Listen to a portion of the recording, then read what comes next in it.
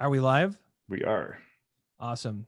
This is another episode of Craft Brewed Agile. We're back at it again. Day drinking starting to become a habit with these shows. Todd, what are we doing? We're live. I don't know. Are we live? We are. Yeah. Awesome. This is another episode of Craft Brewed Agile. This is We're back at it again. All right, there we go. Now that's off. So there's a delay. So now the listeners know, or the viewers know, there's a delay. You got to hear a little reverb, but yeah, we're back to day drinking. Todd and I we're back. We've brought good friend of ours, Gunther Verheyen. Gunther, how are you, sir? I'm fine, thank you, Ryan. Hello, Todd. Hello. So I'm sure if those of you coming over from Agile for Humans, you've heard me talk about Gunther's book, the Scrum Pocket Guide. I actually probably have it on the shelf behind me right now. It's usually at my side. Gunther's written I think it's a beautiful companion book to the Scrum Guide. It was the book that I used to help me understand the why behind what we were doing many years ago. It's one of the best on the market. I hope you guys check that out. If you haven't actually checked out Gunther's book in the past, it's wonderful. But he's also known as the Scrum Caretaker. We're going to get into that in a little bit as well. But first, Todd, you and I are going to be sporting the beers today for Craft Brewed Agile. I got a fun one for you. I have another local. I'm trying to stay like Indiana proud, right? I'm doing the exact same thing, and I cannot wait to tell you what I'm drinking today. So I'm drinking Bad Elmer's Porter from Upland Brewing out of Bloomington, Indiana, home of Indiana University, where my wife graduated from. So yeah, another Indiana beer. It's a nice porter. I'm really looking forward to drinking this one. What do you have, Todd?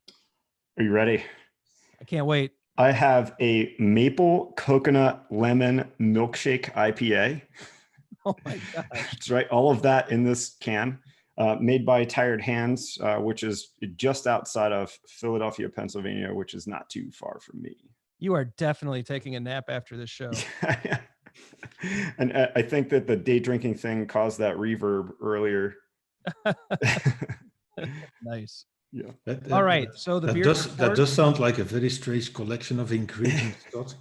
It sounds like almost like an ice cream sundae with a bunch of toppings, doesn't it? Yeah.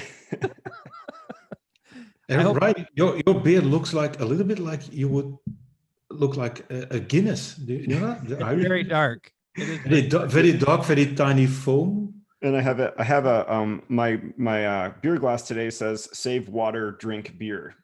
So perfect. I'm really pulling out all the stops. We're recording on a Friday afternoon. So it is. And so we're super excited to have Gunther here. Todd, you have the question to get us started, like the tee off. Let's go. And we might, as with everything, I always say, like, Gunther, we can give you a little bit of time to think about this, because I've prepared how I'm going to answer it. But if you had to change your name. So I have a question? Yes. And then already an answer in mind. That's pressuring me. No, yeah, I know what it would be for myself. But so Gunther, if you had to change your name, what would you change it to, and why would you change it to that? My name. I've never considered changing my name. Maybe something that is more easily to pronounce for sort of, let's say, international people. Do we say it wrong? No, sort of. Sort of? Not completely. So what's the proper pronunciation? If you would say it like, I live in Belgium, in Antwerp. Yeah. And I don't know whether you know Belgium, but we are a very, very strange country. So we have 3 official languages. Okay. So we in the northern part of Belgium, we speak Dutch. So I'm from the northern part, so I obviously speak Dutch. It sort of sounds like the same language they speak in the Netherlands, where it's sort of officially Dutch. In the southern part of Belgium, we speak French, and there's a little part of Belgium that speak German. Do you know how we solve that? How? By speaking English. Nice. So we've got 3 official languages, and we overcome that by speaking a 4th one. Perfect. So, but if I would pronounce my name the way we say it here in the northern part of Belgium, it would be Gunther Verheyen. Gunther Verheyen. I'm glad we have this recorded and it's going to be on YouTube, because the next time I see you, I'm going to make sure that I absolutely properly pronounce it correctly. The difficulty is that the fact, and I think we're sort of the only people on the planet that have this soft G. So we don't say Gunther or whatever, we say Gunther. Gunther. So a name that would sound a little bit more international would be I think welcome, given my the way that my work took off sort of last 10 years. I've got about as plain of a name as it gets, right? Todd Miller. That's my wife always says that it's a terribly unexciting last name. Well, my name is nothing special either. It has a sort of German sound to it, but even the Günther, even in Germany, where they would say Gunther or Gunther, they would also have difficulties with the soft G. And even my our fellows in the Netherlands who officially speak Dutch too, even they have problems. So on the other hand, you could say it makes it also very special. Yeah. And when I go to speak on events internationally, I can always use that sort of to buy me some credit with people or whatever. So let's say I go to Poland, I can't speak a Polish name either. I'm like, I can't say your name, you can't say my name. We're quit now, we're even. I like it. That works a lot. But I couldn't really say how it should be. Let's not go for a name with something with Scrum in. I've already enough Scrum on my mind to not have it in my name. Yeah. Todd, what would you change it to? How would you change yours? So I'm on a super goofy Friday afternoon mood. So I would absolutely change my name to Nighthawk. Okay. Why, you might ask, for no other reason than how awesome it would be to be referred to as Nighthawk. Okay. I am not calling you Nighthawk. It's not some sort of superhero name, is it? No. No. Okay. Yeah, because I'm into graphic novels a lot. Oh. I'm a huge Batman fan. Oh, Batman's great. Yeah, and the funny thing is there's it's sort of son. It's used to be Robin, is now Nightwing. Yeah. And my son, probably not by accident, I don't know how, he's much into Nightwing. So we feel like, yeah, I'm Batman and you're Nightwing. Very nice. Nighthawk. Todd, I wouldn't have. How about you, Ryan? Would you then be Todd Nighthawk Miller or just Nighthawk Miller? Just I would even remove my last name. I would just be referred to as Nighthawk. Maybe throw like an emoji in it, just to be super creative. Oh. So the world can now address you just as Nighthawk. That's good. Oh man, I don't know why that's so funny to me. Nighthawk. Can you top that, Ryan? No, I don't even want to follow it. I'm okay with my name. So the last name Ripley is difficult because growing up you always heard, well, believe it or not. Yeah. And then Matt Damon did that horrible movie, and then I get called the talented Mr. Ripley. I don't know, what would I change my name to? I'm good with it. I don't know. I think I'm okay. I would just leave it alone, I think. Yeah. But Nighthawk is a great answer. So, we usually deliberately start off with a question that's a little bit silly and a little bit something to talk about. But the reason why we asked you that question, Gunther, is we widely view you as the Scrum Caretaker. And so we're very interested in what you personally mean by that, your mission, and what you're out to accomplish. Yeah. So, well, I personally look at myself as a Scrum Caretaker. Awesome. Not just and because I'm not the only Scrum taker around. I'm just a Scrum Caretaker. And the origins of it was actually when, which is almost 4 years ago. It's probably not worth a celebration, but still 4 years ago, I decided to sort of stand on my own 2 feet and end my exclusive partnership with Ken Schwaber and Scrum.org. So I've been working with Scrum.org since 2013, doing stuff like, assessments, exams, and certifications, and courseware, and so on, and then try to work with beautiful people like yourselves across the world. And then I wanted to be on my own 2 feet.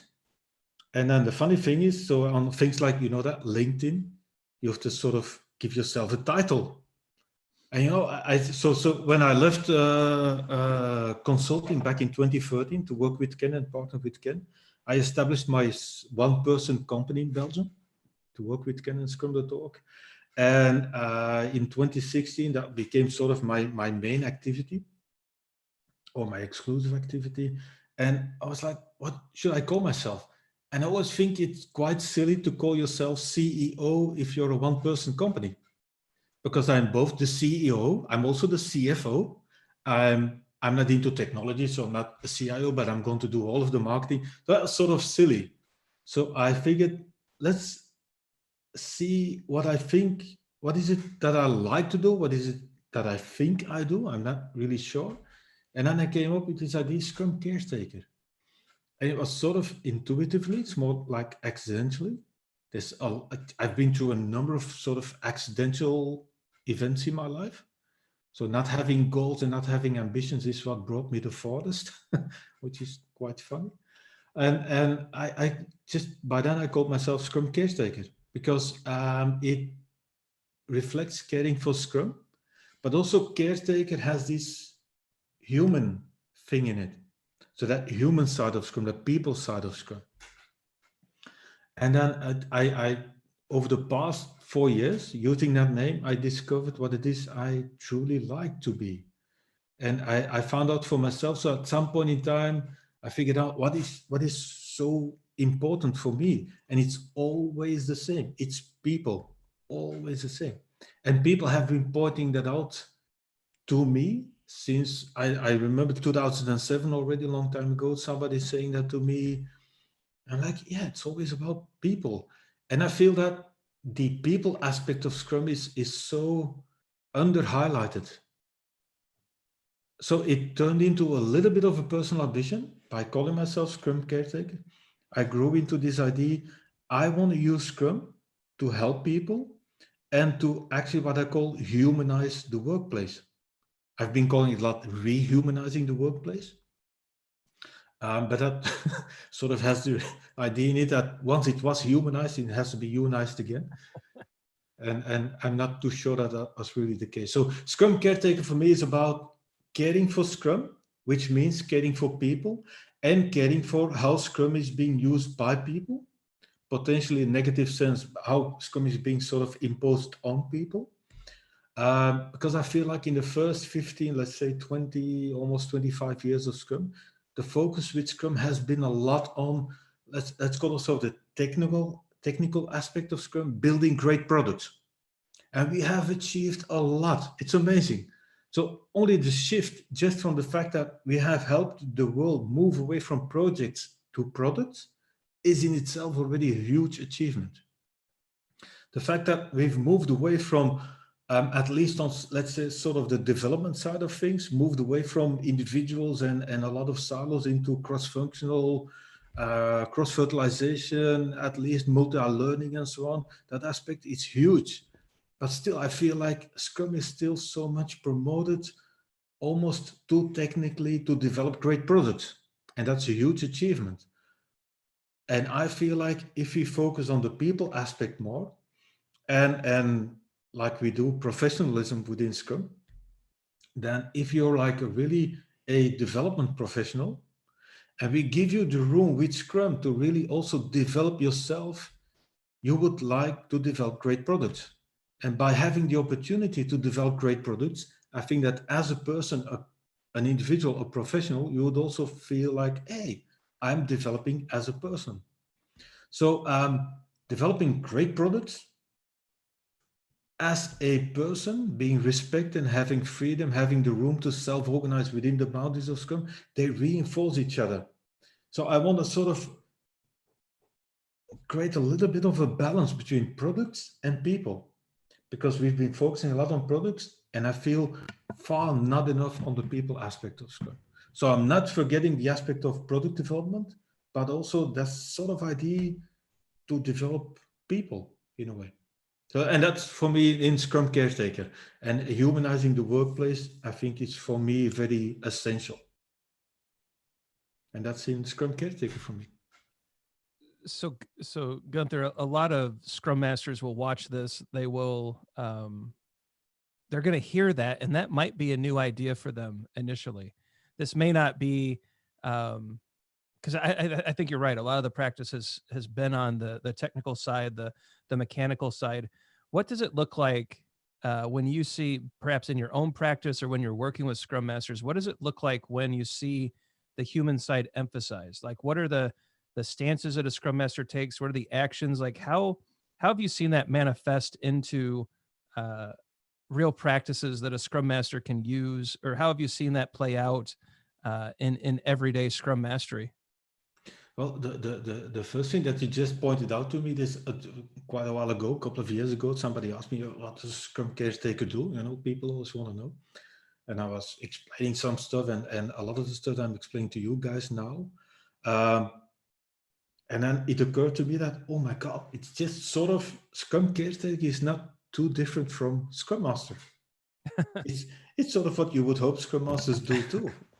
Help people implement Scrum better, find better practices, get it integrated into a company and so on, with a lot of attention, being very attentive to the people aspect.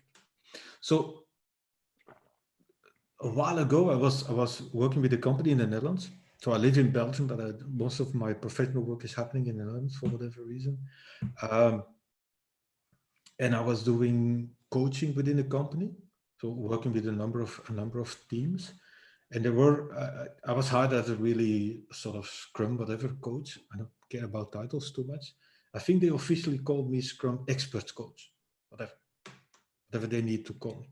And I was working with teams, visiting teams, always sort of on demand, asking teams to invite me, joining them in sprint reviews, sprint retrospectives, sprint plannings, and so on.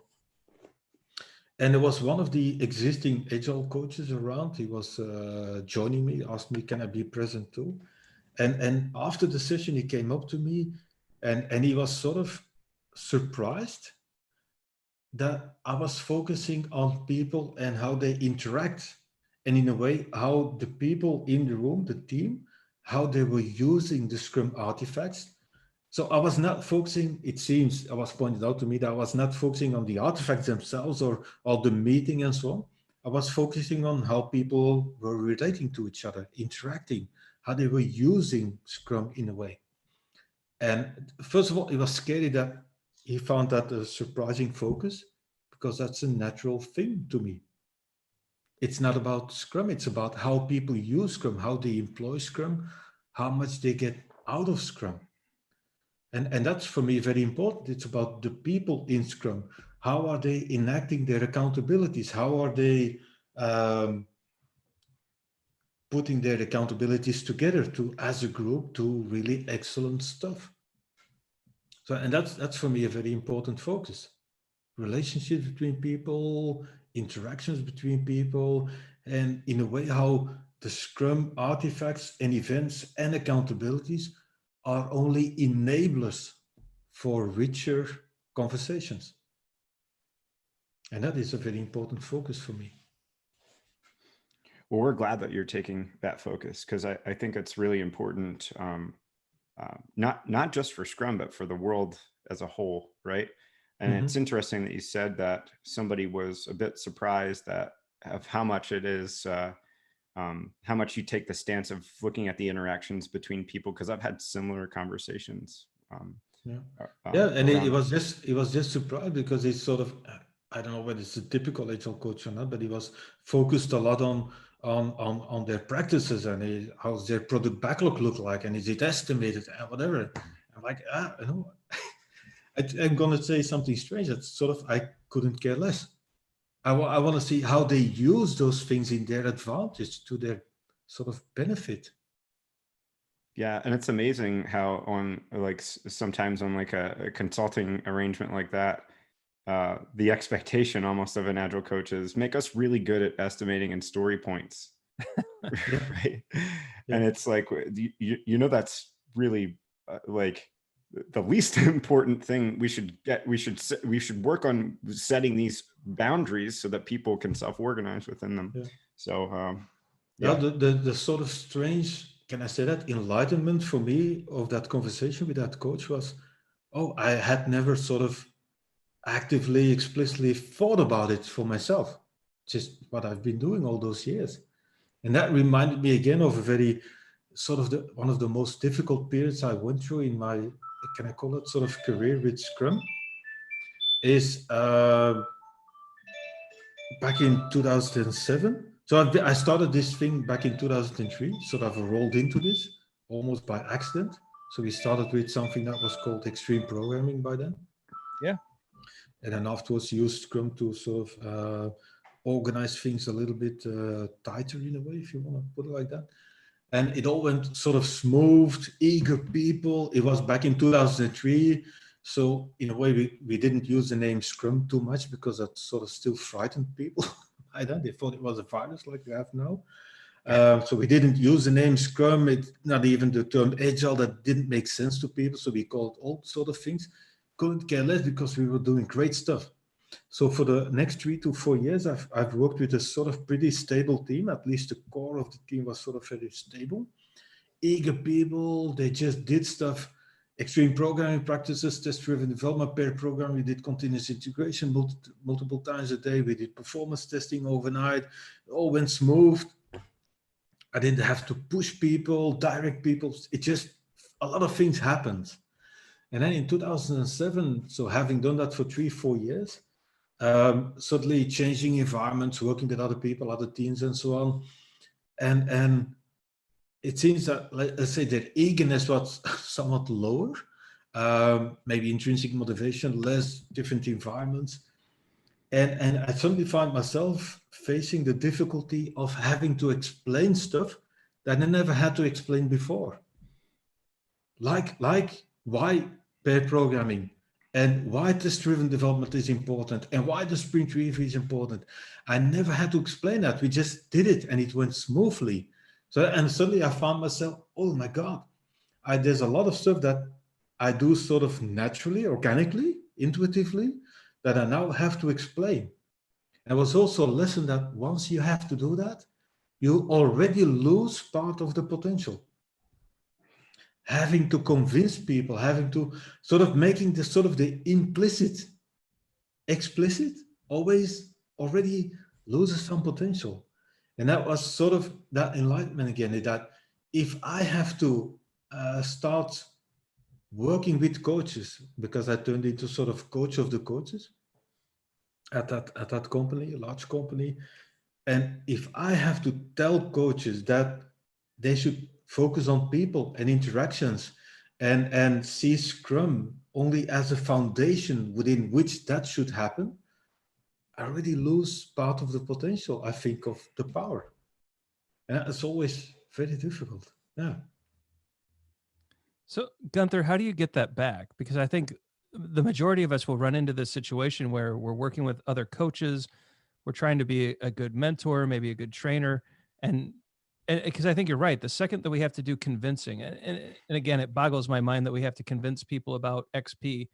You know, again, Extreme Programming Explained by Kent Beck, probably one of the most foundational books that anyone working on products today can read, especially in the software space. But like once we go into kind of that space of convincing, like, is there a recovery step? Is there a way to, have you found ways to kind of shift back to invitation that have worked pretty cleanly, or at that point are we at a kind of a standstill situation? I have no sort of magical solutions, whatever. Sure. What does in a way help me is to always help people, like coaches, managers, whatever, try to get them away from looking at individuals and even judging teams and so on. Sort of in a very typical way to say it, move away from managing people to managing the environment. It's what I always say, a lot of what we do in a way thrives on what we call typically intrinsic motivation.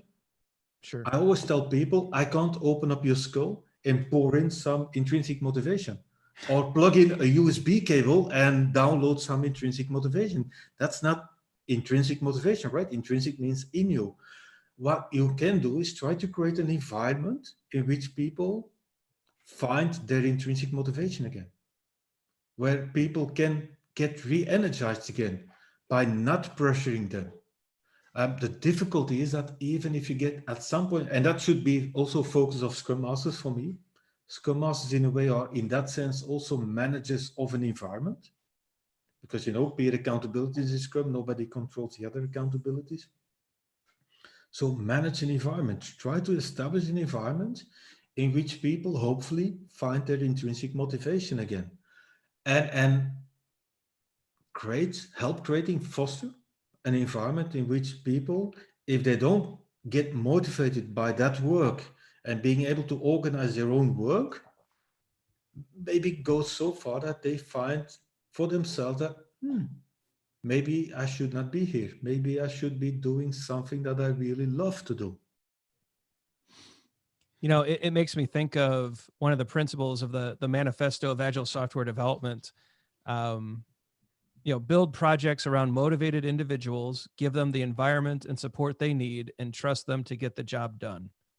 Yeah, but that still reflects build an environment around motivated individuals. That sort of starts with motivated individuals, giving the large scale use and adoption of Agile and Scrum. That brings us to the situation that I had to go to back in 2007, from working with really motivated individuals that I didn't have to, now working with other people where for whatever reason they are told or instructed or whatever to do Scrum. And that's pretty hard work, but it's still the same. It does go back to that principle of the Agile Manifesto. Focus on the environment, create an environment, manage it, foster, whatever you want to call it, an environment in which people have room to self-organize within the boundaries. And if working against the idea of producing a potential releasable version of product sprint after sprint, and giving the room and the space to do that, if that doesn't motivate you, then maybe you're in the wrong place. But still, then it's still not up to me to make that decision. We want to create an environment in which people make that decision for themselves. And Gunther, what you're saying here just really resonates with me, because I've learned similar lessons, especially around trying to bring in a best practice, right? Mm-hmm. And where I thought that something like continuous integration, pair programming, test-driven development, and I remember coming out of one job where I was having a similar experience to you, and then saying, but then I felt like I was on the defense saying, but it works so good for the team that I was just on. And it was almost like I couldn't comprehend it at first. So I think you put it a lot more eloquently than I can when you say you lose that potential, and then you start to have that feeling like you're almost becoming, I know we've heard that, evangelical about something, and you're pushing these practices in. So yeah, and still thought I'm sort of astonished a little bit by sometimes a sort of lack of almost directiveness of Scrum Master. Yeah, but I'm a Scrum Master. I can't do anything. I'm like, oh my God, there's a huge variety of possibilities between not doing anything and being some sort of instructor telling people what to do on a daily basis. There's so many things that, so I miss some sort of forcefulness of Scrum Masters sometimes, some sort of belief from which you act. And that is music to Ryan and I's ears, right, Ryan? I love it. I think it's the lack of Scrum Masters taking action, which is why we end up why we wrote the book. I think it really, we're trying to give Scrum Masters options. It's almost like, and I hate to say it this way, but I kind of feel this way at the same time. It's like, the fixing your Scrum was really like a Scrum Master's permission to go and be a powerful change agent and servant leader in an organization. Because I think the current batch of, or like this generation, or what, I don't even know the right way to describe the time we're in, but just, it seems like they needed that impetus, that permission to go out and do powerful things. It doesn't mean command and control. It means, taking care of your Scrum teams. And sometimes that takes direct action that so many people were just reluctant to take. Yeah, but it's the difficulty I see with a lot of Scrum Masters, and I sort of feel for a lot of them, it's not just taking care of your Scrum team, it's taking care of your Scrum team within the organization. And that means like the Scrum Guide says, sort of trying to help the organization rethink their interactions with the Scrum team. Yep. So you're not just a change agent within the Scrum team, but also within the organization. That often means that, and I know what that means, being seen as a pain all the time. Because you're doubting stuff, you're questioning stuff, and one thing that helped me a lot is over time find out that all people, teams, and organizations often need time to absorb stuff. So you could go in as a Scrum Master, get all these ideas. Now be careful in injecting too many ideas in a shorter time span. Give people to absorb them, try to help them to go through them, and then maybe launch another idea or suggest or whatever, ask some open things. But what I see is a lot of Scrum Masters are employed by the organization.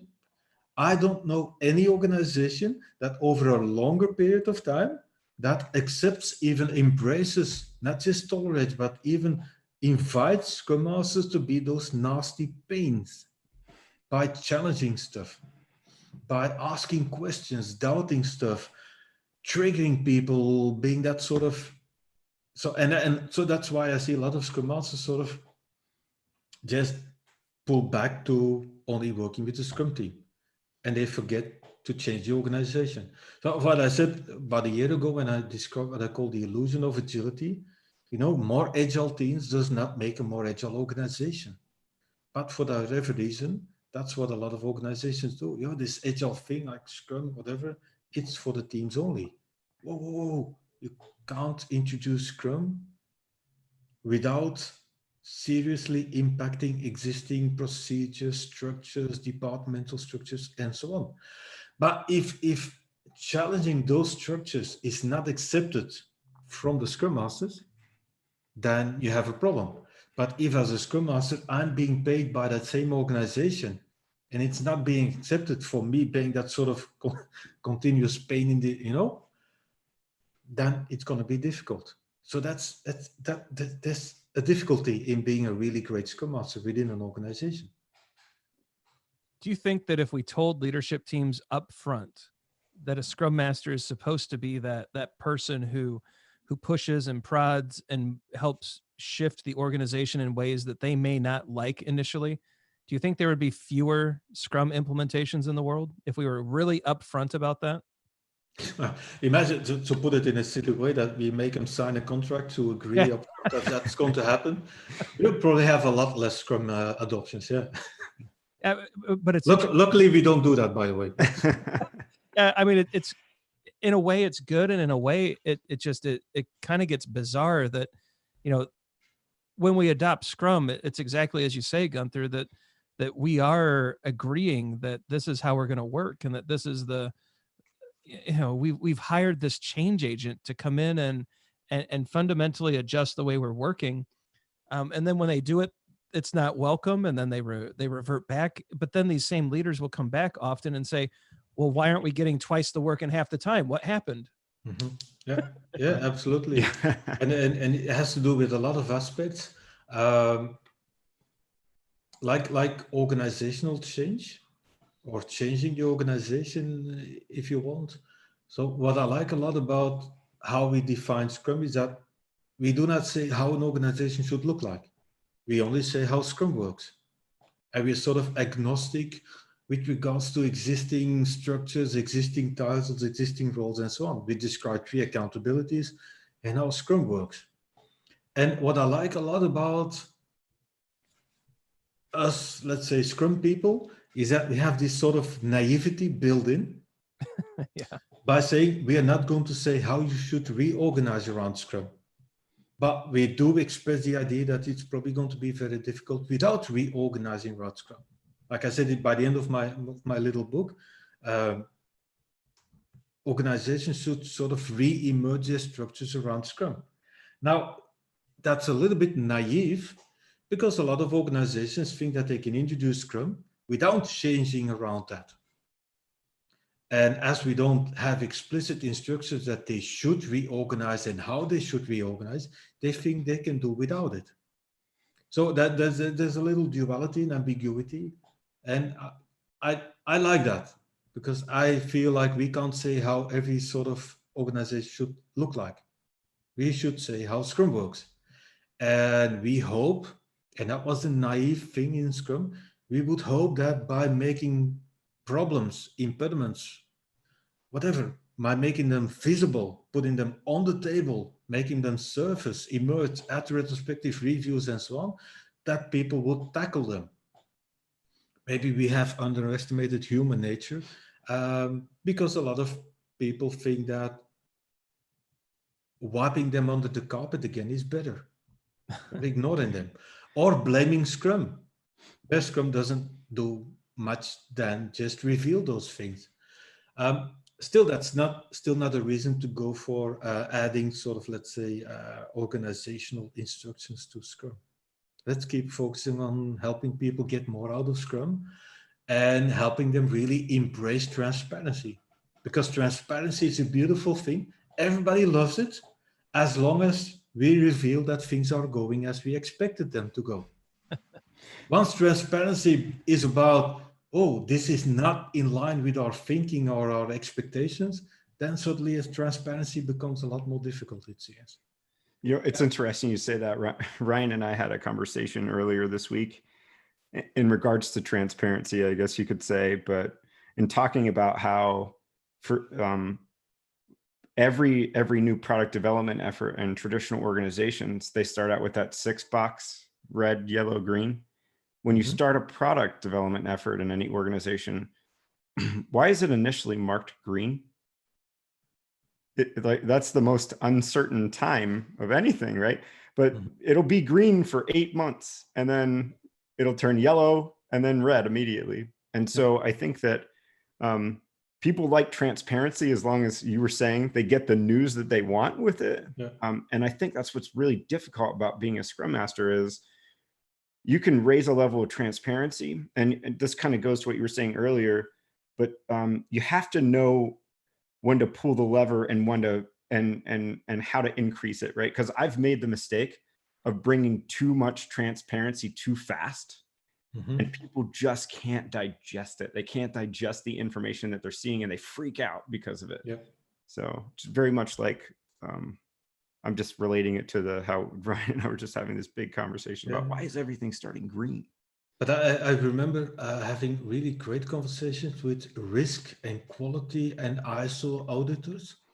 And they were like so happy with Scrum, because what we did as Scrum Master or as a product owner or with the product owners, at every sprint review, we made the real actual progress transparent. Also, if it wasn't good, also if it meant that suddenly our forecast was blown, we still made that transparent, because that's the only way to make sure that for yourself, you can adapt, and early on, you can still make changes. You can do lots of things to sort of get on track again with working towards your goals or whatever you're trying to achieve. And risk and ISO auditors were sort of amazed, because in general, what happens, what you just described, 90% of the work, all lights are green, everybody's pretending as if, and then suddenly the week before you have to go live, everything just turns red.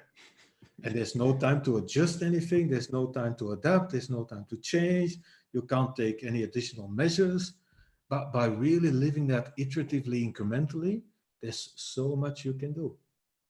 Yeah. You know, Todd had a really cool insight, and I think it was a few weeks ago we did this meetup online with I think it was up with the Agile Detroit or the Scrum Detroit group, you know, Rob Kalman's group, and you know, so we were just talking about empiricism and how empiricism is what we're really after. You know, Scrum is a great way to get to empirical process control, and so that's why we love Scrum so much. But you know, seeing that even in the companies we're working in, transparency seems to be going okay, and the inspections seem to be going okay. Like we're getting to the point to where we're seeing people are acting transparently, the inspections are happening, but in the face of bad news or in the face of an inspection that doesn't go the way we think, adaptation just stops. And we're actually starting to see, and I thought Todd's insight was brilliant here. We're seeing the adaptations just stutter, and actually people refusing to adapt to things, especially if they do not like the outcome of transparency and inspection. You've seen that as well, Gunther? Yeah, I've seen it, and even that's even a very sort of almost nice example that you give, Ryan. I've seen much worse. So a while ago, I think almost a year ago, I wrote called a blog note of mine called "Inspection without adaptation is pointless in Scrum. It's an act of futility." Yep. Because that's even a positive situation where you have transparency being given, inspections being done, and so on. I see a lot of organizations that implement Scrum. They sort of, follow the process. Sort of at every event, they inspect. They don't call it the inspection, but they talk about what they should be inspecting at that point in time. And then they feel like, yeah, it's over now. We've looked at what we should be looking at. So I told them, yeah, you know what? Scrum is a definition of being agile, right? Scrum is all about agility. Agile in its most bare definition would be being adaptive, being able to adapt. So that's what Scrum trying to give you. So if you're not using Scrum for reasons of adaptation, you're not using Scrum, you will never have the benefits. And I was more focused on the idea that a lot of people use the Scrum events only for status reporting, logging, updating a system, like I know some sort of electronic tool that people have to use. But as long as they don't use the information and that they don't join at some event to look for an adaptation, they're not really using or they're not really employing Scrum. So in Scrum, inspection without adaptation, that's just plainly pointless. It makes no sense. Scrum, that's what I call all Scrum events, should be what I call forward-looking. They should help all attendants look towards the future. Not inspection is sort of about the past. They should all start with maybe the past, but at least go look at the future. So the Scrum events are designed to be forward-looking, regardless of how they are called. And I know review, retrospective, that seems to be about the past, but it's not. It's actually about the future. So even if they use the events to look at the past, that's only the start. It should be about the future. So it should be, and again, work for Scrum Masters. Help your people, your teams, your organizations, your stakeholders, your managers, whatever.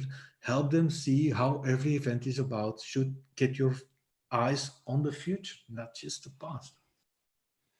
Yeah, and I couldn't agree more. And I think this idea about failing to adapt, I think of a more, let's say, the dark side of that, right? When I say that, I mean, I've been in a few sprint reviews where I'm sitting and thinking to myself, why are we spending money on building this? This doesn't make sense to build this. We should not be continuing to spend money on this. And it's just we need to finish the plan, right? But you're not getting any return on investment from what you're building, and it just doesn't make sense. So that is an example of where you're getting information, but you're failing to adapt. And the adaptation there is a very hard decision that someone needs to make, right? Yes. A lot of these too are, you look at something like the sprint review, right? If you're continuing to go to sprint reviews and you have a lot of lack of engagement from your stakeholders in those sprint reviews, like why you have to question that, right? Because yes, you could be making changes and adapting your approach in a false sense, right? You're lacking transparency. I can just think of a million examples where I've seen the failure to adapt. Some small, some big. Like we shouldn't be funding this. We have $5 million more on this, but there's no reason to spend it, right? Yeah. So and even that's already a sort of big example, very important one. But sprint review, in my experience, is sort of the most underused or underutilized event of Scrum anyhow. That's why you all say it's not a demo. And even if I say to people, a demo is not even part of a sprint review, that's not even the spirit of Scrum, because that's sort of the obvious responsibility. Oh yeah, no, it's sprint review, not sprint demo, but we still do a demo as part of the sprint review. No, demo is still one-way communication. It's not demo, it's not even a collaborative, it's still far away from a collaborative working meeting. So let alone the idea that sprint review is about, at least with all people around the table at the peer level, stakeholders, development team, and product owner, as facilitated by Scrum, but those three parties mainly, aligning on priorities for at least the next sprint or the next couple of sprints based on all the information that those three parties bring in. Live, in-person communication during the sprint, sort of through the product owner in general, but at the sprint review, great occasion to get all those people together and have this really grow this really shared mutual understanding of what are we doing here? Why are we doing it? Oh, what should we do now? Based on all sorts of changes. Yeah. So sprint review is the most underutilized event of Scrum anyhow. Not just with regards to adapting, but just the event as a whole. Yeah. I wonder if all of that stems from like a serious misunderstanding of the word transparency. You know, I think a lot of people believe that transparency means that we made something visible.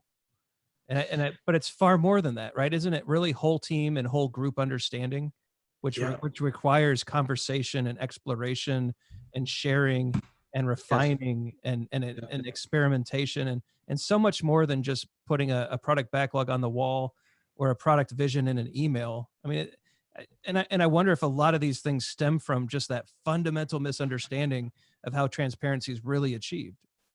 Yeah, there's two aspects of transparency. That's certainly one of them. A misunderstanding of what it means to be transparent, and it's not just transparency through the artifacts, but also how you deal with it and how you give that. But there's also this. I think since sort of Scrum started being so widely adopted, there's this, and it drives me crazy, this total abuse of the term transparency. So what I also wrote about recently, transparency does not mean that every single piece of information should be available to every individual within or outside of the organization. That's not transparency. Transparency in Scrum serves the process of inspection and adaptation. So all necessary, all essential information part of Scrum development, product backlog should be available, but also not just available, visible, understandable, readable, should be able to explain it.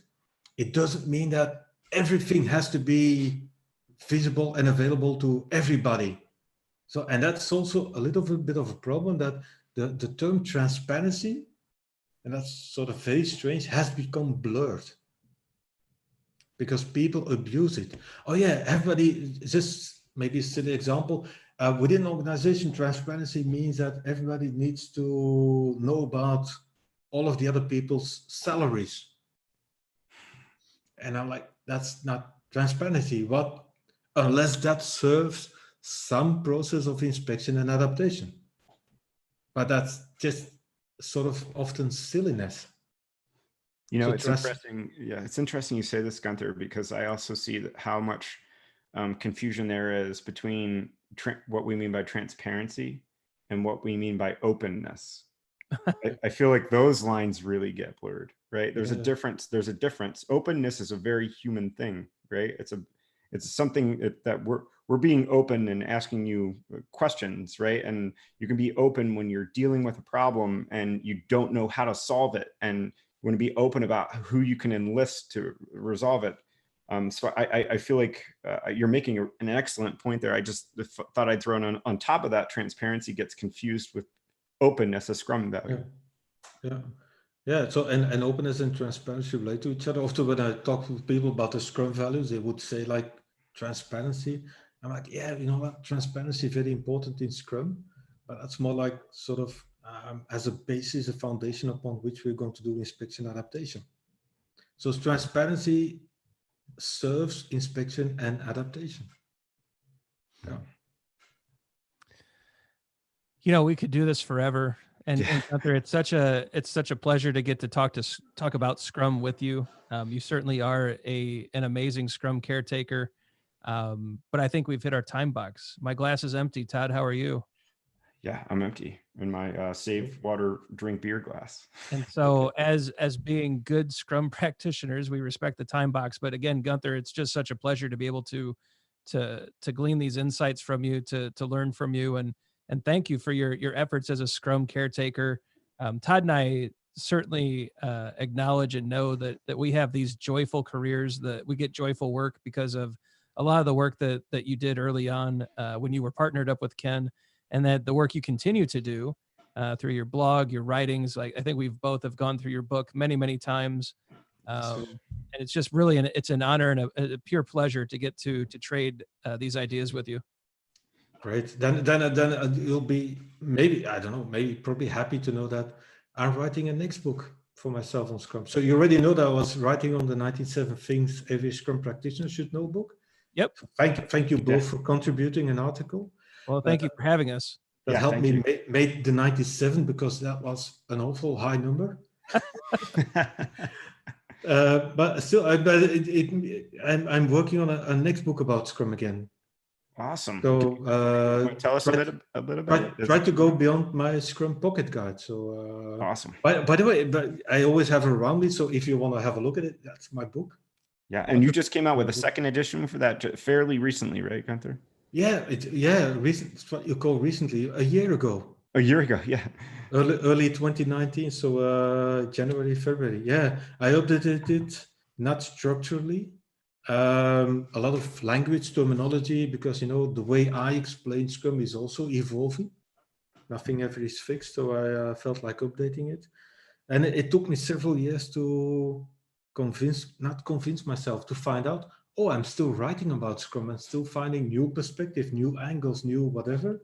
Yeah. And I'm sort of I've reached the point that I think, oh yeah, I could produce a next book, a second book. And the 97 Things book helped me sort of get to that point. So it bought me some time to actually do that. So I hope I'll be, it's sort of scary, because I've got a lot of positive feedback from around the world, keeps coming over that strange little book that I wrote. So I'm now facing sort of the huge expectations. When I wrote this book, it was by accident. I had no plans to write a book. It just happened. No expectations, just worked really hard. I'm amazed that after 6 years, it's still going so well, and people are so positive about. So that's sort of additional. I now know what I'm facing. Yeah, we know that fairly well, having just finished ours. So, yeah. and we can't wait to see what you come up with in the new one. And you have the 97? That's coming out sometime this year. Yeah, it should be available before summer. Awesome. Which is more than 6 months ahead of the schedule that the publisher had in mind. Imagine. And, you know, Gunther, I actually want to, I don't know if you realize this or not, but I actually met you for the first time in 2015 at the SPS workshop in Boston before I was a PST. Oh, okay. And so I actually largely thank you. And I had a side conversation with you for quite some time during that. And Rich Hundhausen are the primary reasons I'm a Scrum.org trainer. So thank you. And that was, you probably don't remember back. That's, I mean, 5 years ago to me is like 30 years, because I can't remember anything. You didn't have a beard by then, right? No. I didn't have hair at that point either. But okay. I didn't have a beard by then either. So. Yeah. So thank you. And thank you for your time. Welcome. Thank you very much. That's sort of very humbling feedback. Yeah, it was awesome. Well, all right, guys. Thanks for doing this. Again, Gunther, we really just, I mean, it's a shame to stop it, but this will be, I think this is episode 4, right, Todd? Yeah, it is. So we're gonna call this one complete. We're never finished. We just have completed this latest increment. We'll be back hopefully next week with another Craft Brewed Agile. For the viewers out there, thank you for sticking with us. Glad you're enjoying these. We've already gotten some great feedback. We haven't even promoted them yet. So please keep the notes coming. Let us know who you want us to talk to. Who should we share a beer with?